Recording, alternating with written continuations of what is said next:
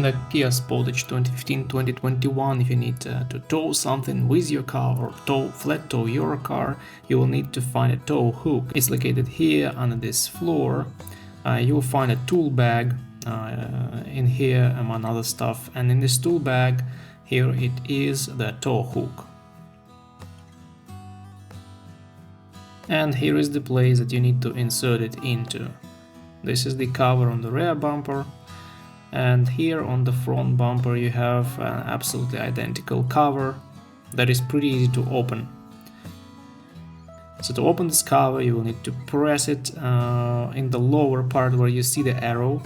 Just press it with your finger, press lightly in order to not break anything. Press lightly and pull the upper part, and you see that it will not get out completely, so you will not lose this part.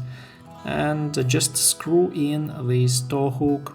Make sure you tighten it properly, because if you don't tighten it, this tow hook may just go out and damage something in your vehicle. In Kia and Hyundai vehicles, the tow hooks have simple thread. In Volkswagen, Audi cars, these tow hooks may have reverse thread, so pay attention to that.